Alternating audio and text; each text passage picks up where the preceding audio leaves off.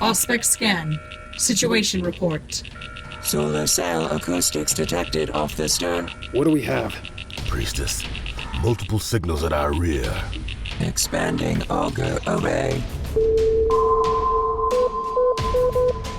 Targets acquired. Scan results. Xenos battleship detected. Have you fought a Drukhari in the void before? We'll want to target their engines. Slow them down to our speed. Confirmed. High energy thrust. Build a lead. Update. Battleship has 4 solar sails. So much for outrunning them. How many guns do you have exactly? Enough to teach them better than to impede the will of the Omnissiah. Enter the canticles of battle. Prepare arms. Calculating firing solutions. Logistic. Cruiser fission season. Ready to launch interceptors. Launch fission season. Pull to Fort Pilgrimage rear and hard to starboard.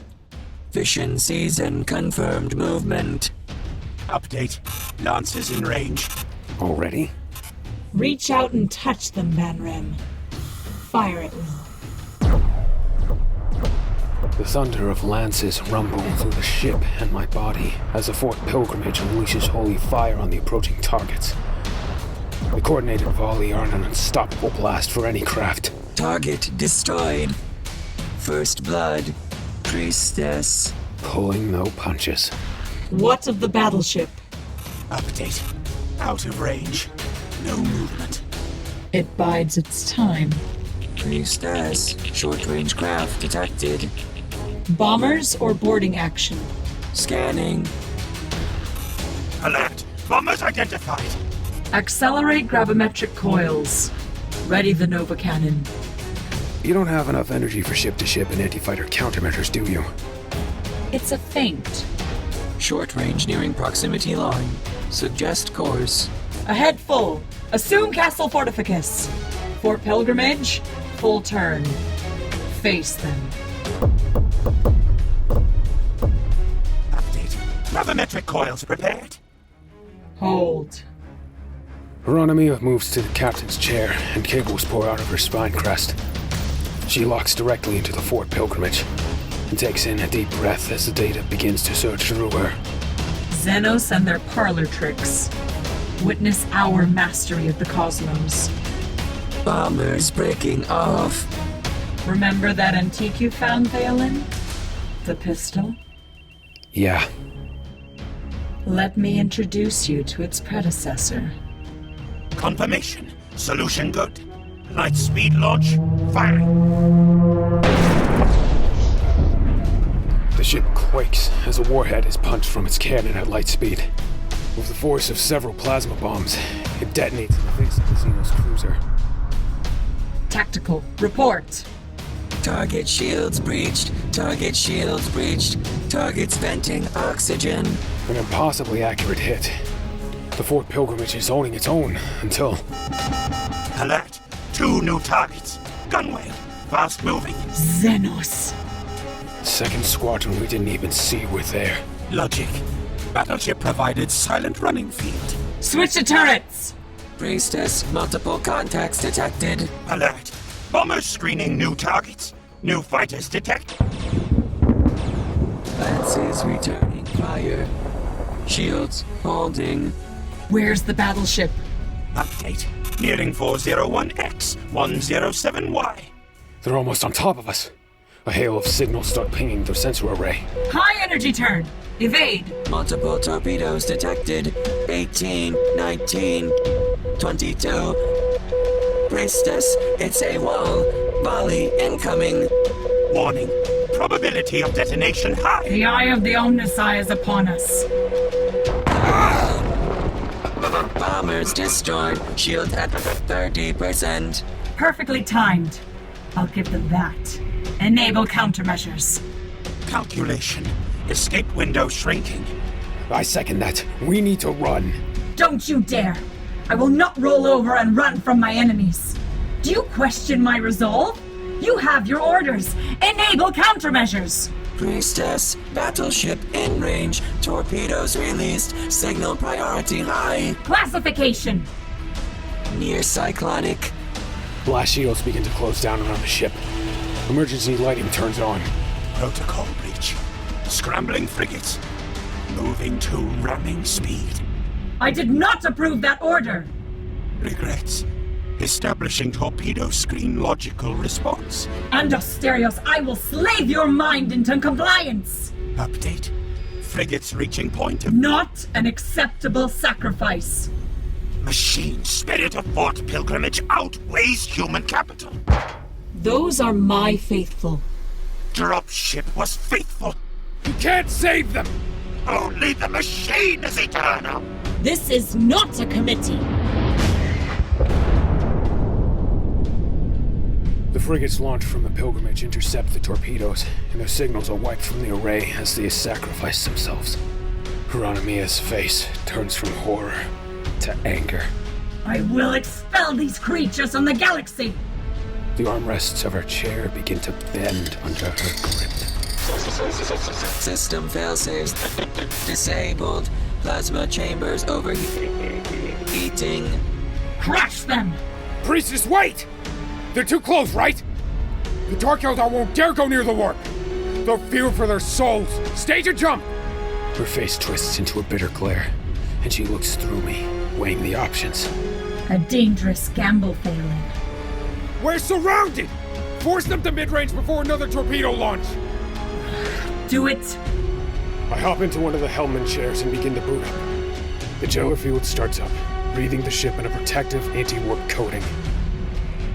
The Dark Eldar immediately begin to pull away, anticipating an impromptu jump. Confirmation. Targets pulling away from Rift. Abandon jump procedures! Open fire!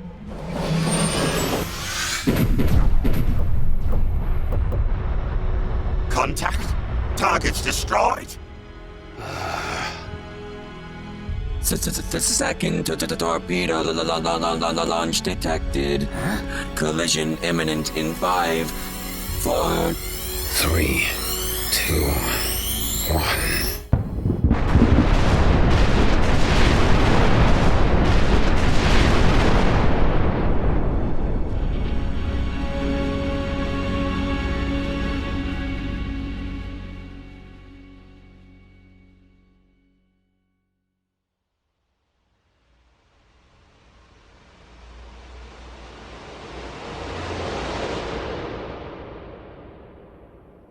The blast was cataclysmic.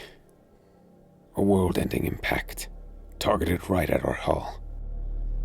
The explosion melted steel and vented crew into the cold of the void. Half the fuel canisters detonated on impact, and backdrafts destroyed any chance of retrofitting when the forge decks were destroyed. The disaster wasn't only structural. When the ship's machine spirits started seizing, Andosterios was hit with an electronic surge caused by the feedback of systems collapsing. Banrem stepped in and took the brunt of the system lock, but was killed instantly. 1,000 crew, now dropped into the low hundreds. We have two choices. Burn the bodies or jettison. What's the difference? If we burn them, we may be able to recoup some of the energy stored as fuel. If we let them fester, the decomposition will pollute the ship. Good news. Munitions, 22% undetonated. Labor, 17% efficiency. Food reserve, 44%. We have enough fuel for the jump, but when we emerge, we'll need to land somewhere near a refueling station. So we don't jump. We have to. There is no second arc. This is it. We're in no condition to jump. We are still on course for the Manville Point. We'll arrive shortly. Where are you going? To talk some sense into her.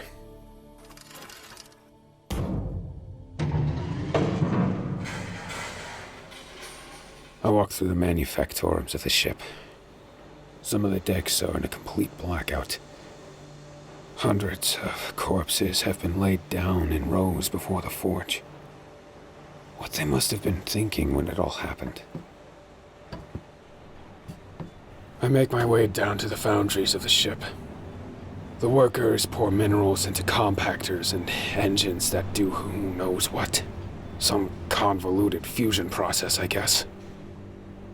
Heironomyia? We need to... Oh. She sits across from the vegetative Endosterius. How is he? His mind is lost. It could have been worse. It can always be worse. It always is worse. She's as still as a locked gear. Among the tens of thousands of people I have met, they've always been there. Followers ready to throw themselves in line with my dream. It is no small thing. I'm the gear that turns their entire existence. They depend on me to give their lives meaning. A lot of pressure. If the crew clings to me on this journey, that is their choice. If they die along the way, I should not dwell on it, but... There it is. The most human response I've heard on this ship. What's going on? All these bionics. Years of implants, and I can't shed my human conscience. She gives me her undivided attention. I have climbed a mound of corpses to realize my dream, Theolen. I have felt every death. Their minds are tethered to mine. Every shred of data they collect is fed to me. She thumbs a vial in her hand. What is that? What if we had made the jump? What if we had jumped there instead of using it as a feint? A jump like that would have thrown us off course. We could have wound up in some pit with no way out. Listen, as your friend, there was no other way out. A friend? You are not a friend, Theolen Al-Amir. You are a stowaway, a distraction. Don't think to comfort me. She connects the vial to Endosterius' breather. Liquid begins to pour in and fill his mask. With her other hand, she begins to massage his throat, helping the liquid down.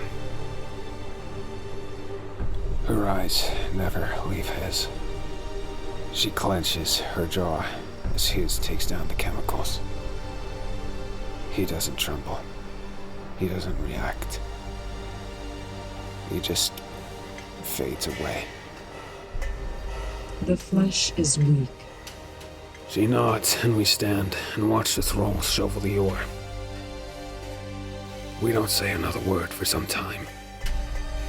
We just stand in the warm glow of the foundry, keeping each other company.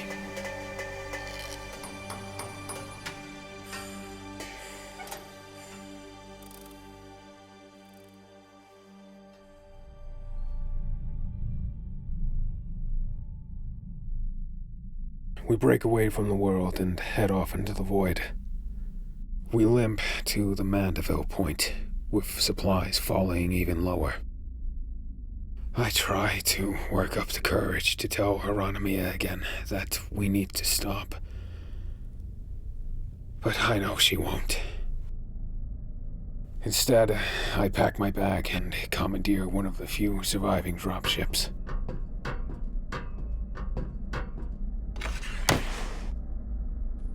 I'm getting ready to disembark when the ship's acoustics pick up a voice from the loading bay. What do you think you're doing? I look out the cockpit. Heironomyia stands below the nose of the ship. Have you forgotten the terms of our arrangement? You have a sentence to carry out. The rage burns in her optics. I can see her emotions soaring through her cybernetics. You still belong to me. This ship is dead in the water. And we still move on. I can go for help. They can pull you to a port. I don't need help. Look, I'm telling you. Telling me? Do you think you know more than I do? Do you think us equals? If you were my equal, Theolen, you would need to improve yourself greatly. I have calculated predictions at the quantum level. I have simplified the most complex equations known to mankind. And this ship is dead! There's nothing left! If we try to sail like this, we will get picked off before we reach the warp scar. We were close. Have I failed? Failure is part of being human. The solemn thing swimming in her eyes stops. She adopts a steely gaze of determination, a grim resolve. She looks at me not like she has, not as a person. She looks at me like property. To survive, we must stretch the concept of what it means to be human. To leave our less desired qualities behind. I thought it would be possible to keep my identity as it was, but I am not human, Theolen. Not anymore. I have capacities which you cannot imagine. I must regulate what holds me back. Like this mistaken notion that I can be kind to my crew and successful at the same time. She turns to walk away. All around me, the dropship instruments fizzle out and pop. Hey! Hey!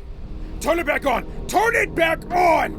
Heironomyia! I chase her back onto the bridge, and the lights have turned to emergency power. It's just the two of us.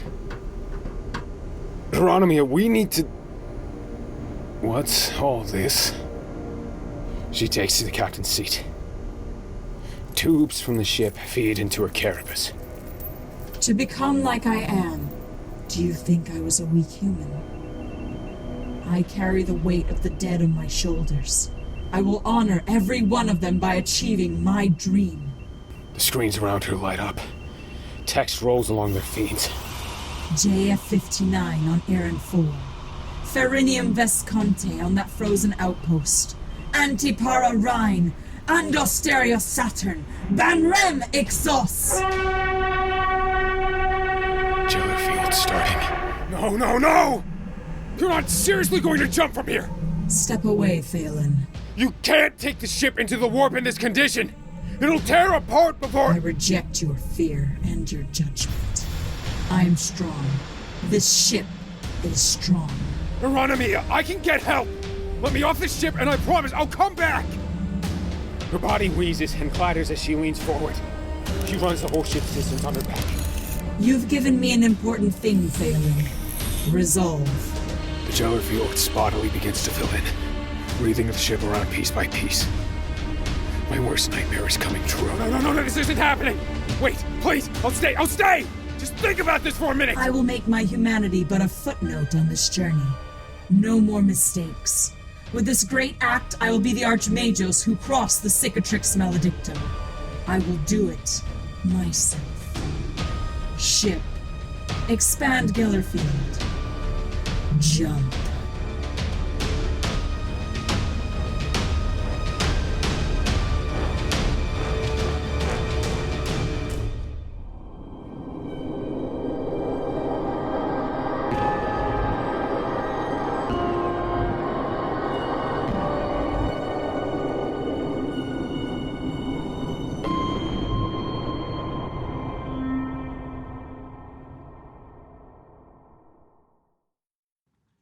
Hi everyone, thank you so much for listening to part 4 of A Cog in Crimson. This fan-made audio drama is part of an anthology series put on by Cold Open Stories, and it's our first serialized arc. Now what we're doing could be called community theater set in the 41st millennium. Each month or so, we write a script and then you, the listener, audition to play the parts. It's a great way to build community and share stories worth telling. Now, all levels of experience are welcomed, and these are fan productions, so whether you're a writer, an actor, or an arrogant cyborg priestess, you can check us out on coldopenstories.com or on social media for the latest casting call. A Cog in Crimson was written, directed, and produced by Colin DeGraff, with music composed by Robert Renato Hack. This episode starred Stuart Moyer, Richie Amons, Tara Burke, Philip Sacramento, and Shay Shell. Now I'm going to let you go with one more thing. You know Patreon? We don't have one. We don't want one. The best way you can help us isn't by donating, but by sharing our stories in your network. We also now have the Cold Open Stories charity page on our website where you can check out ways that you can do good in your community. So please, spread the signal and consider auditioning or writing for our next story.